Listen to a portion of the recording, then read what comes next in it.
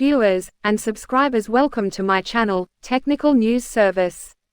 Here what we have for you in today's headlines, May 20, 2023.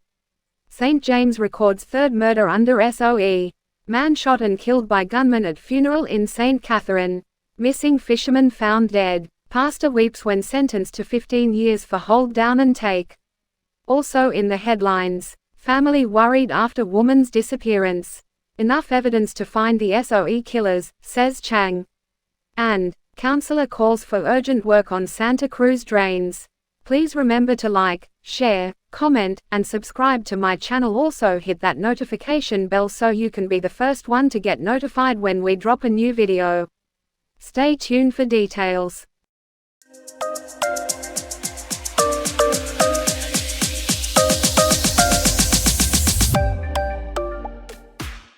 Now the news in details. St. James records third murder under SOE.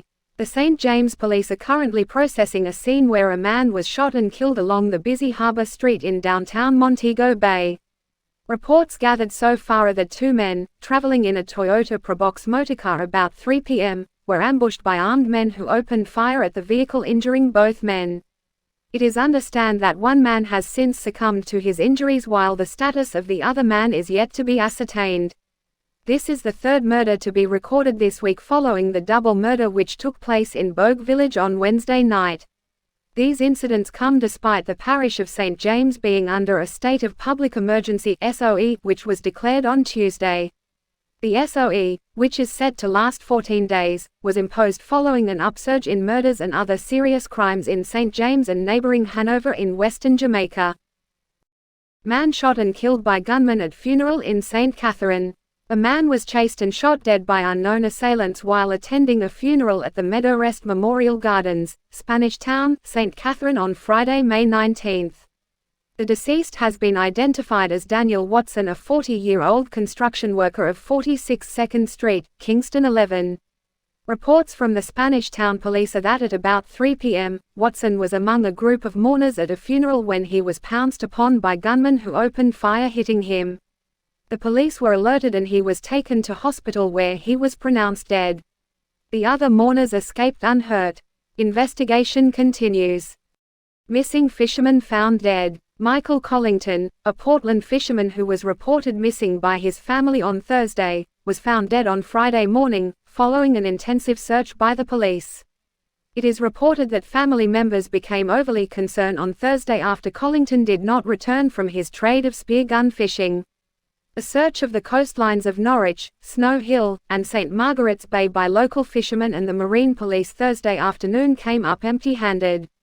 Collington's belongings, including items of clothing and a cell phone, was found on a beach at Snow Hill, which reportedly triggered alarm bells among family members and the search team that something might have gone horribly wrong. But during an extensive search of the Snow Hill coastline shortly after 8 a.m. Friday, the body of the fisherman was found by divers. The Portland police are investigating. Pastor weeps when sentenced to 15 years for hold down and take.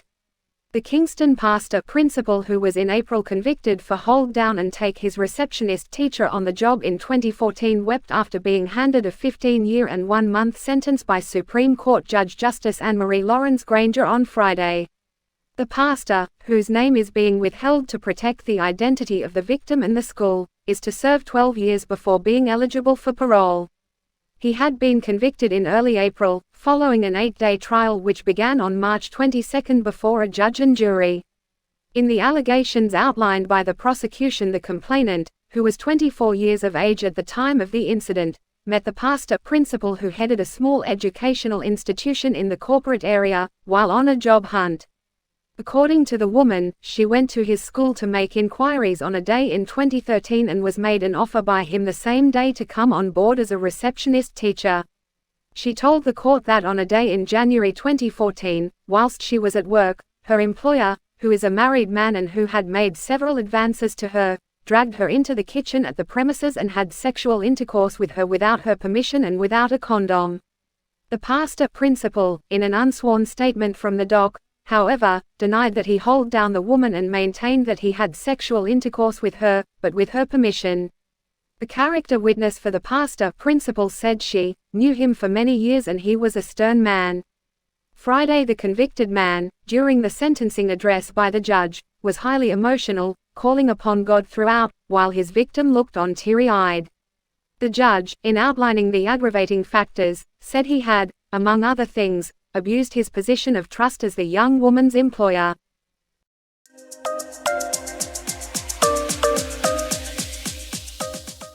Continuing the news. Family worried after woman's disappearance. Chauntai, Ali Samuels, 22, disappeared without a trace 2 weeks ago, and her loved ones are worried sick.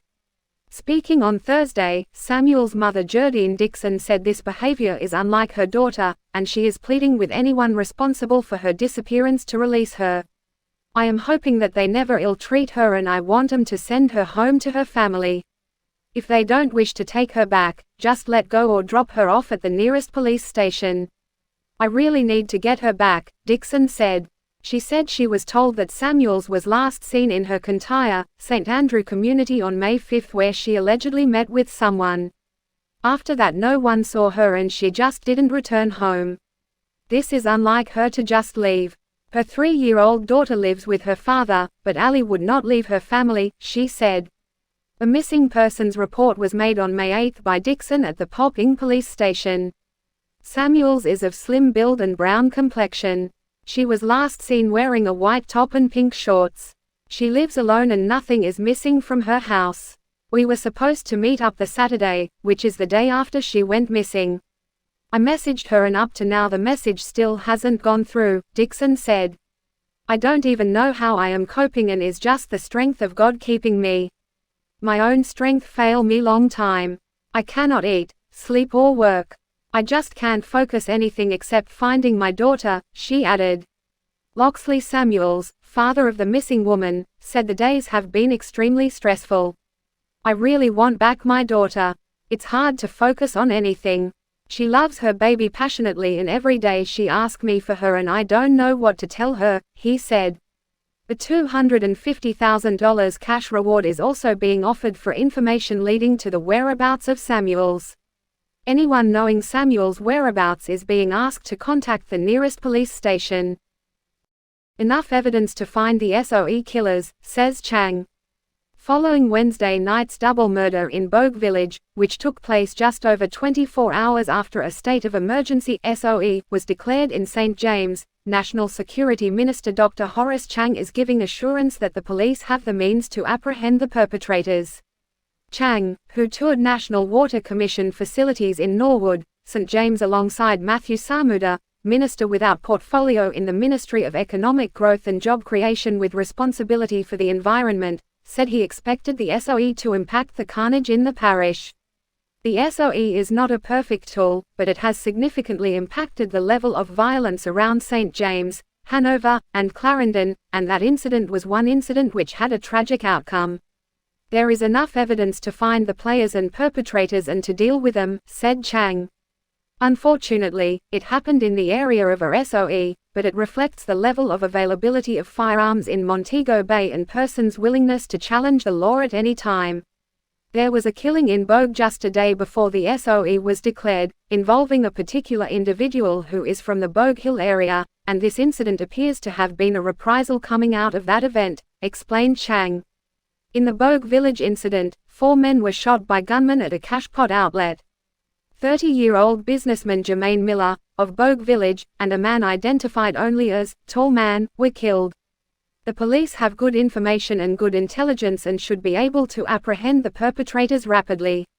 They have apprehended quite a few individuals who the police have cases against, including a major scammer who may not be a trigger man, but who is critical to providing the tools to pull the trigger and cause violence, said Chang. Work has been going on, and we are satisfied with the level of apprehension, but we still need to find more of the killers. Councillor calls for urgent work on Santa Cruz drain. Councillor Christopher Williams, Jamaica Labour Party, Santa Cruz Division, is calling for priority to be given to the upgrading of the drainage system in this south-central town. Whenever it rains for an extended period of time, we have serious flooding in the town of Santa Cruz. Water will come into the town from Malvern, Burnt Ground, Leeds and the Long Hood area, Williams told following flooding in Santa Cruz last Saturday. Main Street in Santa Cruz and its bypass are crucial roads connecting the town to points on the south coasts. The drainage system that is present now is very inadequate and cannot contain the abundance of water coming into the town of Santa Cruz. With the hurricane season that will begin on June 1, and the expectation based on projections is that we are going to be getting a lot of rain, I am very concerned about the drainage system that is present now, added Williams. The town is in need of a comprehensive drainage system that will be able to deal with the flooding we have been experiencing. On Saturday there was flooding on Coke Drive, Institution Drive, Market Street and parts of Main Street. On Institution Drive I witnessed personally, firefighters assisting people who were attempting to drive through flood waters and they had to be rescued, said Williams. Santa Cruz is one of the fastest developing towns in Jamaica and based on its ideal location, it is well traversed. The flooding normally leads to serious pile-up of traffic in all directions, he added. Williams pointed out that Prime Minister Andrew Holness, during his presentation in the 2023-2024 budget debate, named Santa Cruz as one of the towns where the drainage system will be looked at and work will be done. We have to make this a priority to move as quickly as possible to see how best we can solve this nightmare that we are facing in Santa Cruz whenever it rains, said Williams. That's the end for today's news.